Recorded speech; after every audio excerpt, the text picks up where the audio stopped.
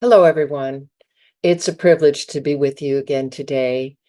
I want to thank Knowledge and the entire team of the Africa Science Buskers Festival for making it possible for me to speak with you. First of all, let me congratulate every one of you. Some of you are returning and have new projects or expanding your research on projects that you've done in prior years.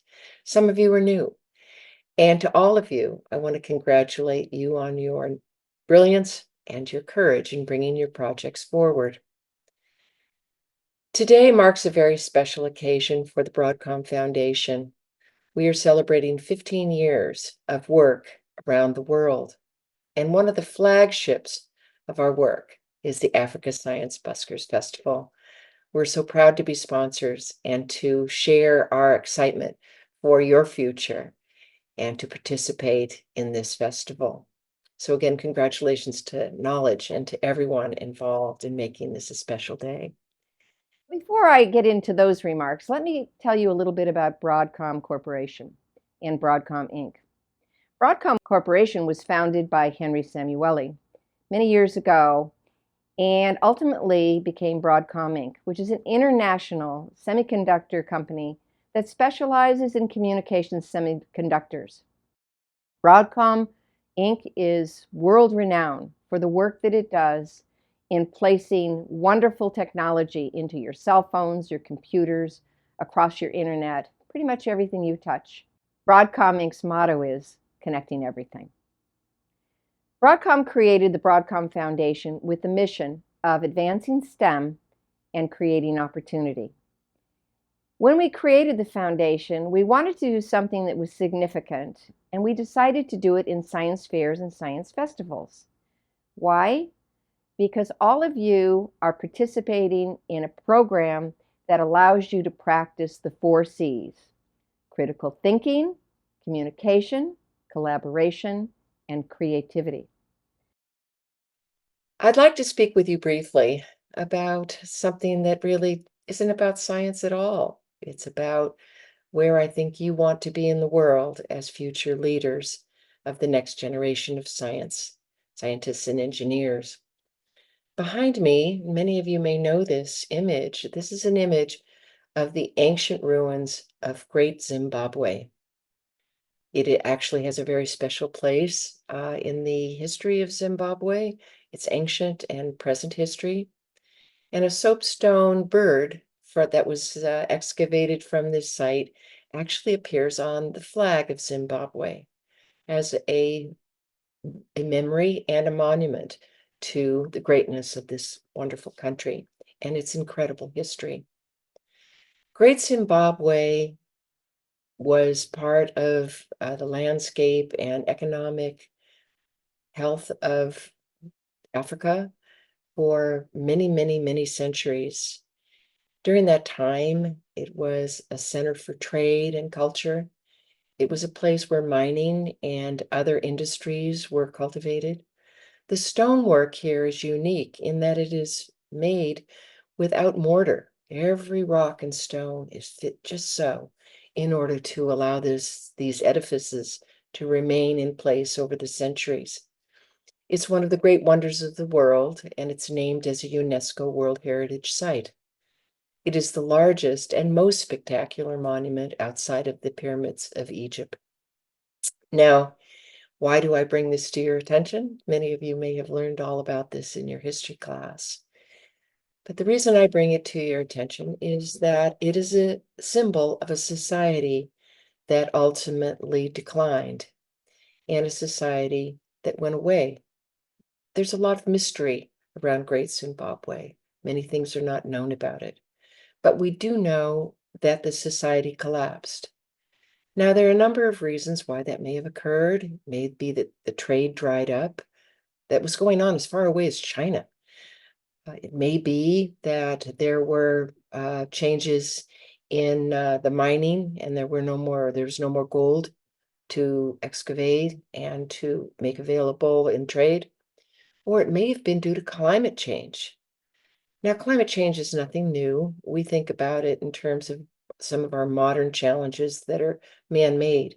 But the fact of the matter is that the earth changes, and crops die because land becomes dry, or floods come forward and sweep things away. But the bottom line is that the earth is constantly changing. And as a result, civilizations come and go. So, what does that say to us about why I'm bringing this to your attention today? Well, I believe that you, as scientists and engineers, play a big role in whether or not our societies will continue on and thrive, or whether we too will be part of history. Now, how can you make a difference in that? Well, very simply, you need to not only be scientists and engineers, you need to be sociologists, politicians, and thought leaders. Science alone, your research in a bubble, is not going to move the ball for the world that we live in, which is met with the great challenges set out in the 17 Sustainable Development Goals of the United Nations. Those goals are tied to sustainability. How does civilization grow, thrive, and sustain itself? How do we control population? How do we have enough food to eat? How do we maintain health? How do we have clean water? How do we maintain clean air? How do we encourage our children to thrive and learn the lessons of the past so they can carry them forward in the future? All of these goals are one of the reasons that the Broadcom Foundation created the Broadcom Coding with Commitment Prize, which one of you will win today. Let me just say this about how you can be more active beyond your science and engineering. The Massachusetts Institute of Technology set up a course about a year ago after the pandemic where they wanted to study how can young scientists be more engaged in the world around them? How can they bring popular knowledge to their science and share that knowledge with others? How can they be active in government, academics, and social frameworks that really shape the health of a civilization? My view on this is very simple. Each of you can take your project and expand its presence and your knowledge about it, your appreciation of science, and your concern for making the world a better place with the project you divined by sharing it back with your communities after this festival. In my view, it would be a shame if you didn't take your project into the world and make sure that you share not only your joy and love of science and engineering, but your love of the world and humanity, and your desire as a scientist and an engineer to make the world a better place. Now, to do this, like I say, it's pretty simple. You're young, you can take your projects home, share them with your school, maybe go to a local community center, or bring people together who don't know anything about science and have a meeting and show off your project. And tell people why your project is important in making the world a better place. I know that many of your projects turn on something very fundamental. How can I make this project into something that will improve the world around me? Whether it's something that touches on electricity in your community, or touches on health in your community, or touches on clean water, or touches on sustainable crops. I know that every one of you can find in your project something very, very important to society that you can share and champion and make your cause to make the world a better place and to sustain the world the way the United Nations is challenging each one of us to do. So, in closing, I'm going to share a little video with you. It's the words of Henry Samueli. Dr. Samueli founded Broadcom, and he also is a chairman of the Broadcom Foundation.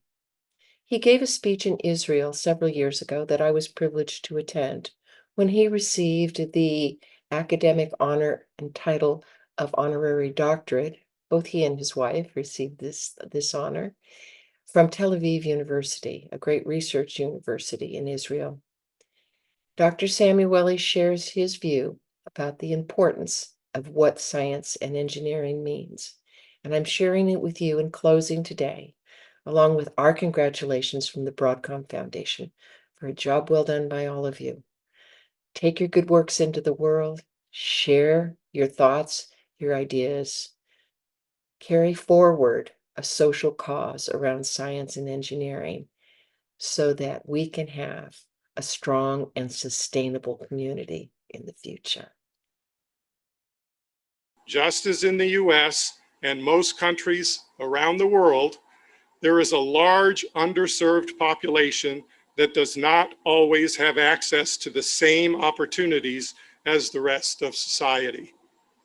So it is incumbent upon all of us to work diligently to promote a quality education for all, so that we can lift everyone's standard of living equitably, because that will ultimately pave the road to peace and happiness.